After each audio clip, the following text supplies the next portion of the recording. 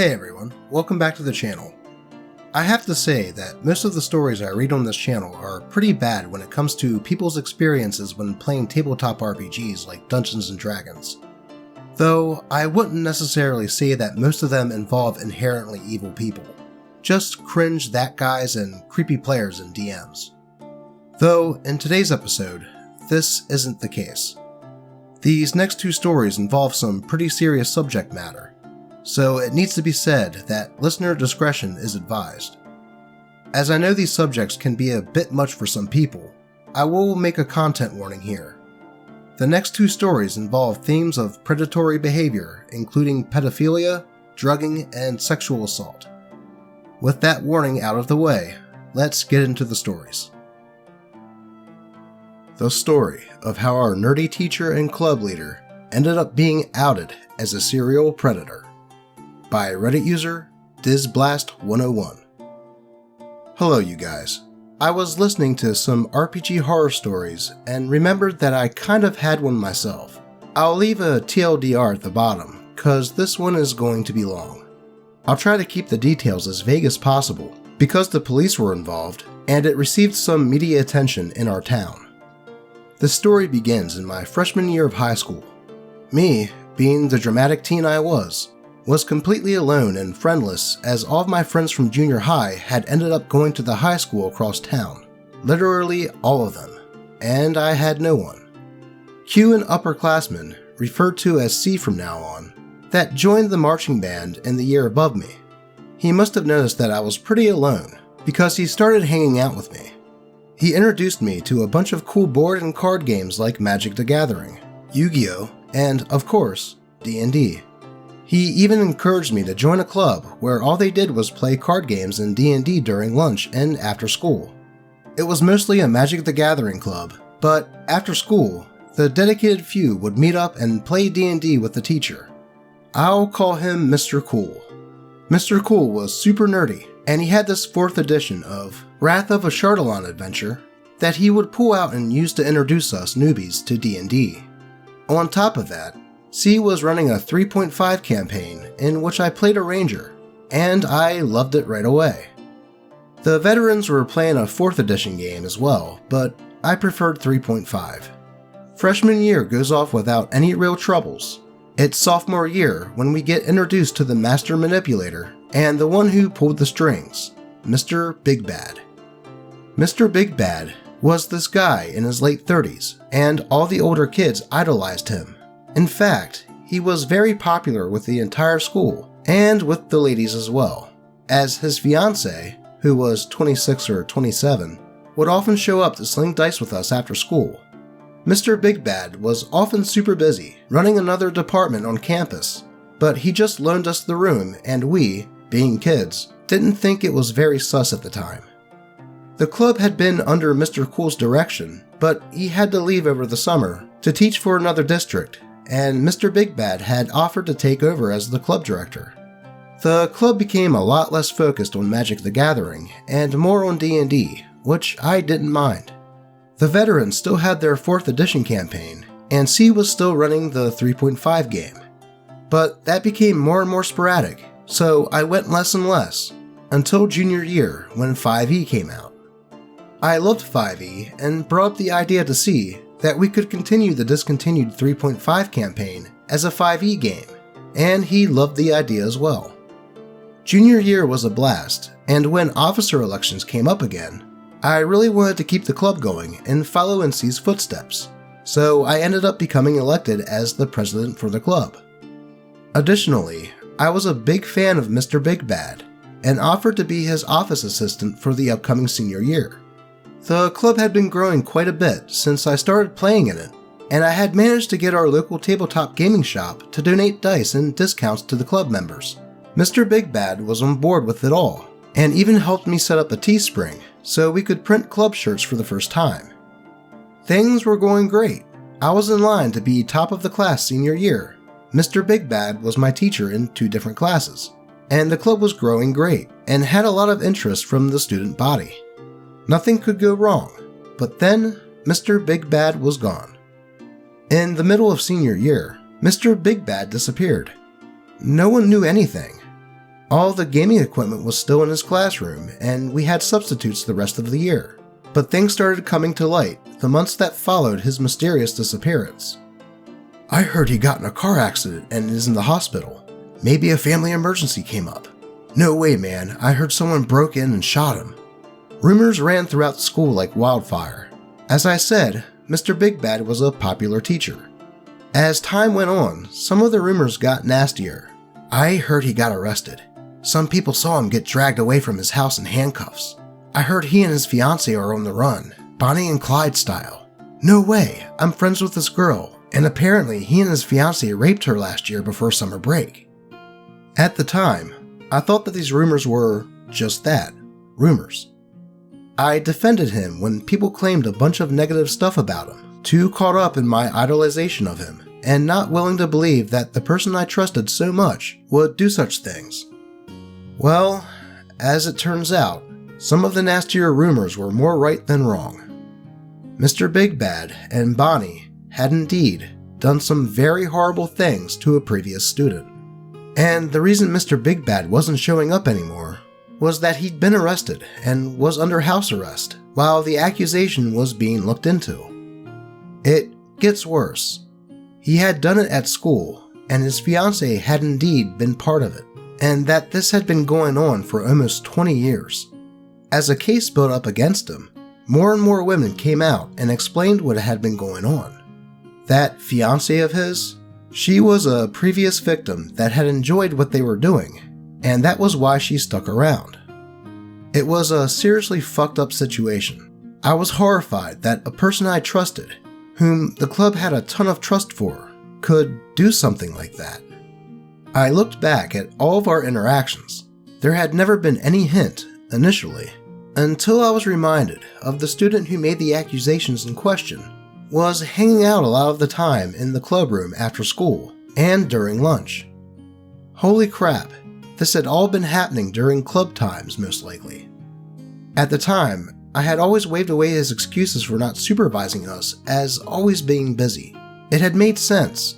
He was running like 3 clubs, and one of them was pretty major, requiring a lot of time in the rooms he would claim to go to. Us nerds would just stick around and hang out in the clubroom slinging dice, while he would take his victims to other parts of the building and violate them. The situation was really fucked up, and the only thing that kept me going the rest of senior year was making sure that C's efforts of growing a big tabletop club weren't in vain. I found a new teacher to take over club supervision, one who was serious about the whole supervision part, and wrapped up the 5e games C had started. They had left me in charge of DMing it after they graduated. I oversaw election officers for the next year as well. Once that had been squared away, I just forgot about it. I had lost all interest in D&D from the incident. I felt dirty. I had supported a predator for God's sake, hung out in the same room as one, laughed alongside him at the D&D table when he decided to run a game for us, brainstormed about ways to improve the club. It was all too much, and I focused on studying for my spring finals and graduating. I didn't play tabletop games for 2 years after that. No Magic the Gathering, no D&D, nothing. Until I stumbled into C one fateful encounter, and we started talking about our old high school game.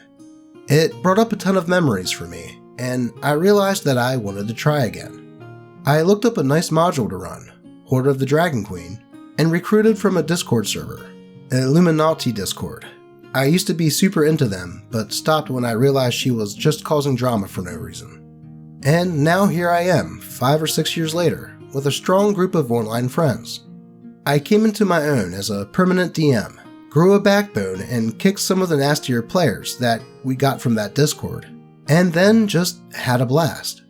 All of my players are amazing and wonderful, and I wouldn't trade them for the world. Horde of the Dragon Queen eventually led to Rise of Tiamat, and from there to more adventures over the years. It's been a fun and wild ride since. Also, I'm probably one of the few that got very few complaints from players running Horde of the Dragon Queen, and considering that I was pretty new and open to criticism from my players, I encourage you to give it another try if you didn't like your first time running/playing it. Nothing cooler than a group of level 1 stumbling across a city, being raided by cultists and a fucking dragon they get to fight. TLDR, Predator Teacher takes over our D&D club to act as a supervisor, but drags female students away during the time she should be watching us to violate female students with the help of his fiancée. This story just goes to show you that no matter how friendly and innocent someone seems like on the outside, there are just some people out there that have deep-seated perverted evil within them. I hope that that teacher got a sentence fitting the crime, and all of his victims were able to move on from that experience. And OP shouldn't feel bad for trusting Mr. Big Bad, because like I said, those most evil around us are the best at hiding it and putting on a friendly face. It is a shame that it ruined OP's hobby for all those years afterwards, but it's good to hear that he was eventually able to get back into tabletop RPGs, and it sounds like he is having a blast nowadays. And if any of you out there watching this video are experiencing anything like what Mr. Big Bad was doing, please speak up to someone you trust. There's always someone out there that will hear your story, and hopefully, bring anyone doing this type of thing to justice. Let's get to the next story. Weirdo kidnaps my character, and then tried to bring that in real life. By Reddit user, Hi Yun. Hi all. I recently got into tabletop RPGs, so excuse me if I get any terms wrong, in addition to English as a second language. Also, this story has a huge trigger warning for unwanted advances, so please be safe and don't read it if you don't want to. Anyways, in this game is Hi, me, the cleric. Mike, a really cool dude who got me into the game in the first place and GM'd the first game. Weirdo, an artificer who had a skill in alchemy. This is relevant later. Tom, our ranger paladin, who I consider a hero. So this was a homebrew campaign by Mike in D&D 5e. Mike said it was meant to be done in a month's worth of sessions, just so I could learn the game. Session 1, everything seemed to be going well. Everyone got along, we cleared a mine of bandits, and got some gold. Classic D&D stuff. We finished off the session camping in the woods, readying to travel, when I see that weirdo hands Mike a note. I thought nothing of it, as I figured it was unrelated to the game. I come back a few days later to session 2 to hear, quote, "Everyone wakes up and feels energized. Hi, roll a constitution saving throw." I rolled a 6 and got past the note saying, quote, "The next person you lay eyes on, you will have to roll an intelligence saving throw to see if they command you to do something."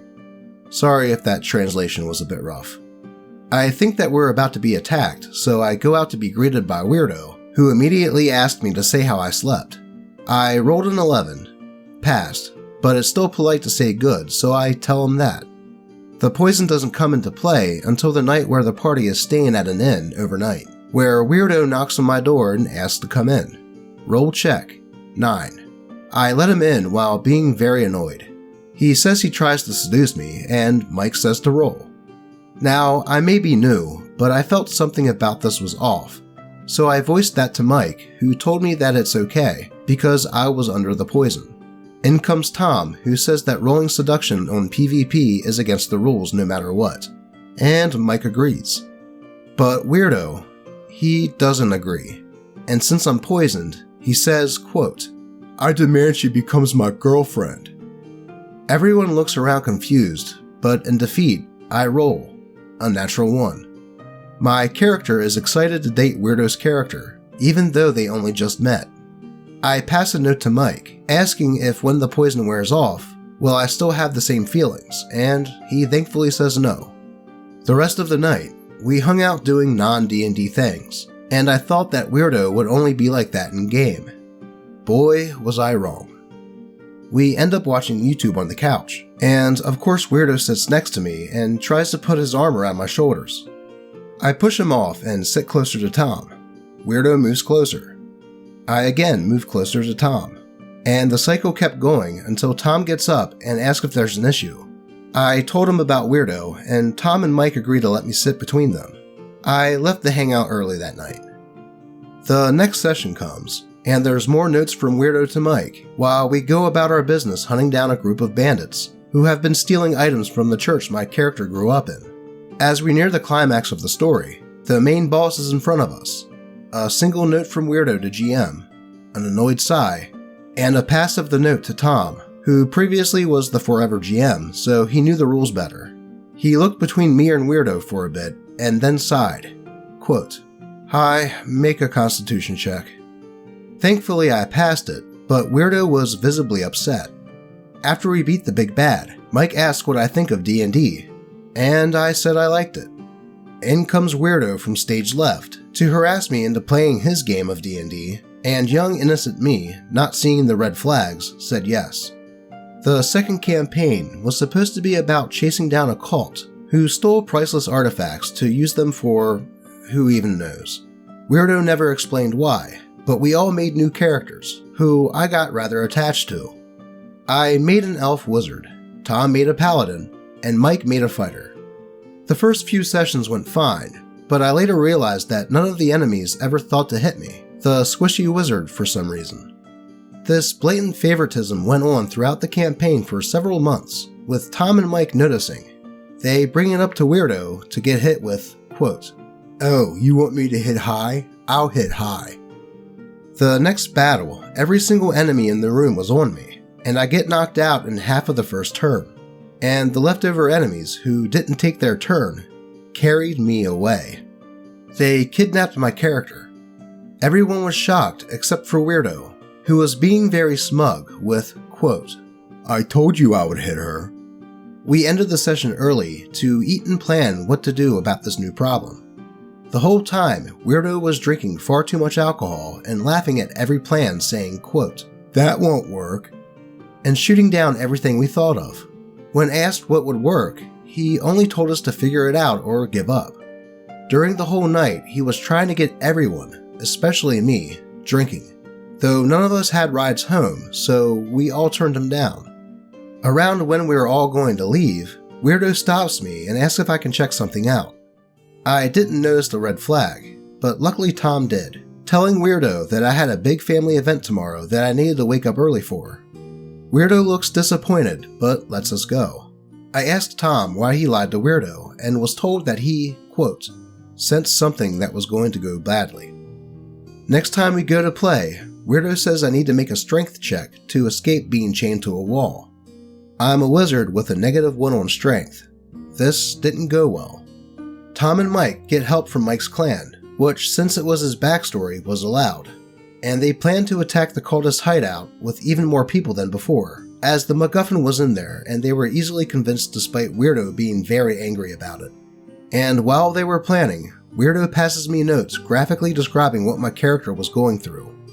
All of them are potentially triggering, so fill in the gaps of what someone who never touched a woman would do in this situation. The group has to break down the front door of the hideout and get greeted by a group of 50 cultists, all in front of a building originally described as small and pathetic. 50 of them rushed out and attacked the party, killing many of Mike's clan helpers and wearing down the health of Mike and Tom by a lot.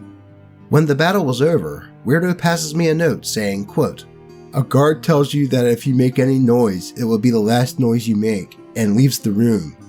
So I took that chance to make another escape attempt and rolled an 18. Nope, that wasn't enough.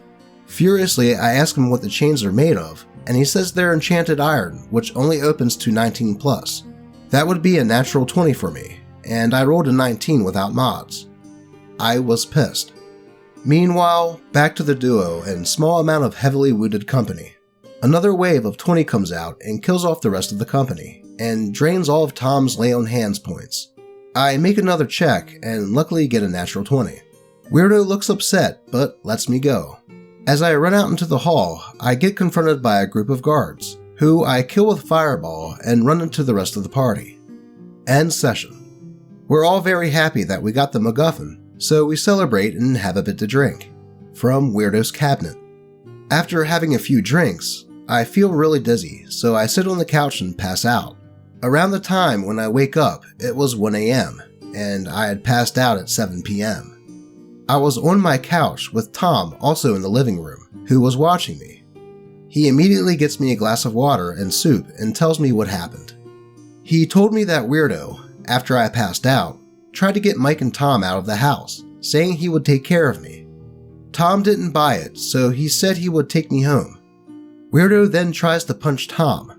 Imagine a marshmallow tries to punch a semi-pro baseball player. He fails miserably and gets the police called on him. I can't share details of what happened legally to him, other than I'll never see Weirdo again, thankfully. And my drink was drugged, so he did in fact plan to have me in his house passed out and alone. TLDR, Weirdo hits on me and my D&D character for an extended amount of time, showing many red flags, and eventually drugs me. Edit.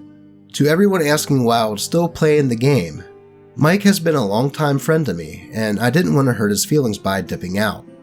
Also, actions like these unfortunately are not seen as bad in my family, so I figured it was normal until I came across a certain YouTube channel reading RPG horror stories, inspiring me to share here as well. This story is an example of how some people will use something innocent like a game of Dungeons & Dragons to try and play out some sort of sick fantasy they have been brewing in their head for a while. Weirdo trying to drug OP's character and then trying to pull that off in real life is an example of this. Thankfully, Tom saw that the situation was weird after OP passed out, and Weirdo insisted that he would take care of her and try to get Tom and Mike to leave. The fact that Weirdo tried to punch Tom after he refused to leave OP there shows to me that he had planned some horrible things, and I'm glad to hear that the police were called. Hopefully Weirdo got what was coming to him, and hopefully served some time for this. Remember, if another player ever does something in-game that gives you red flags like this, it might be best to take that as a warning. And if you ever have something happen to you, like what happened in these stories, please tell someone. There will always be someone out there that will hear your story and help see to it that the people will be held accountable. As always, I appreciate all of you, and hope you never have to experience something like what happened in these stories. Stay safe.